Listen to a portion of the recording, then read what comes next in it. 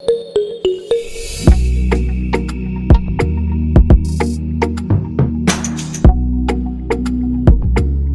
ratio of selling price of three articles A, B, and C is 8:9:5, and the ratio of percentage profit 8:7:14 respectively.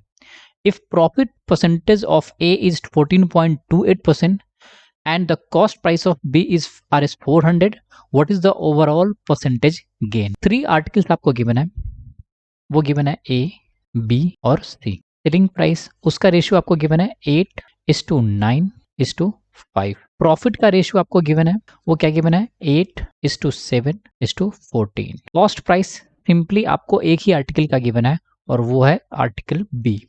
आपको यहाँ पे ए का profit percentage given है और ए का profit percentage क्या है, वो है 14.28%.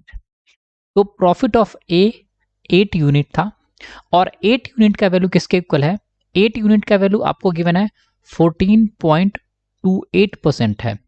इसको अगर आप रेशियो में कन्वर्ट करोगे बच्चे तो ये आएगा सिंपली 1/7.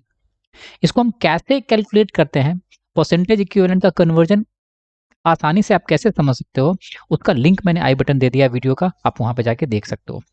तो यहाँ पे 8 यूनिट का वैल्यू 1/7 है, तो 1 यूनिट का वैल्यू कितना हो जाएगा, सिंपली 1/56. तो बी के लिए 7 यूनिट का प्रॉफिट है, तो वो प्रॉफिट कितना हो जाएगा, वो सिंपली हो जाएगा 7/56. तो ये आप सिंपली आ जाएगा 1/8 का.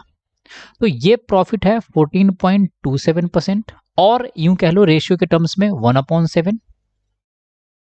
ये प्रॉफिट हो गया आपको 1/8 मिल गया और परसेंटेज टर्म्स में ये है 12.5%. और सी का प्रॉफिट जस्ट डबल है बी का, तो ये हो जाएगा 25% और यूं कह लो रेशियो टर्म्स में 1/4. नाउ आपको यहां पे इंफॉर्मेशन गिवन है cost price of B is Rs 400. तो बी को ऑब्जर्व करो, बी का कॉस्ट प्राइस आपको कितना गिवन है बच्चे, वो गिवन है 400 का.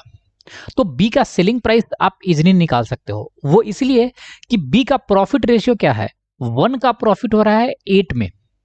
तो 8 यूनिट अगर 400 के इक्वल है तो 1 यूनिट का वैल्यू किसके इक्वल हो जाएगा, वो सिंपली 400/8 दैट इंप्लाई 50.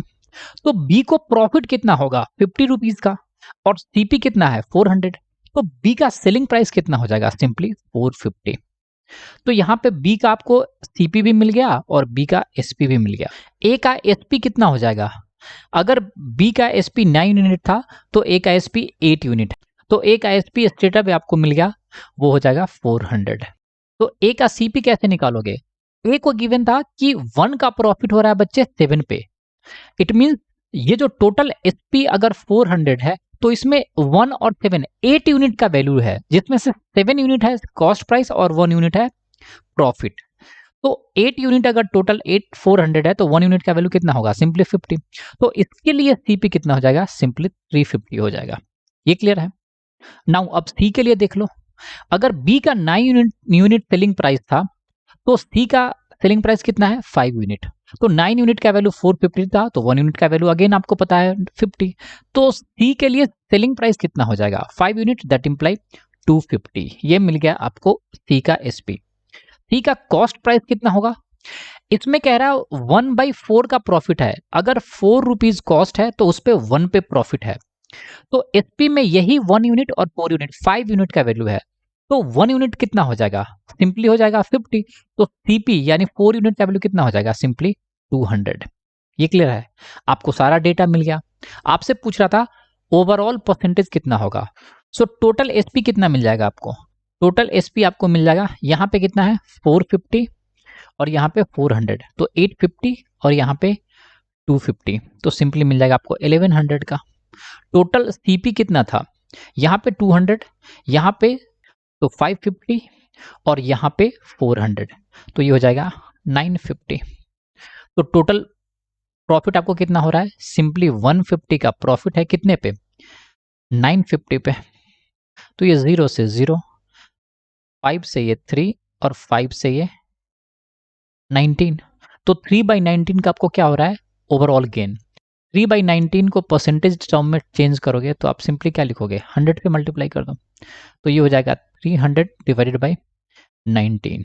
तो इसको डिवाइड करोगे तो 19 × 1 तो 11 बच जाएगा, तो 110, तो 19 इंटू 5 तो 95।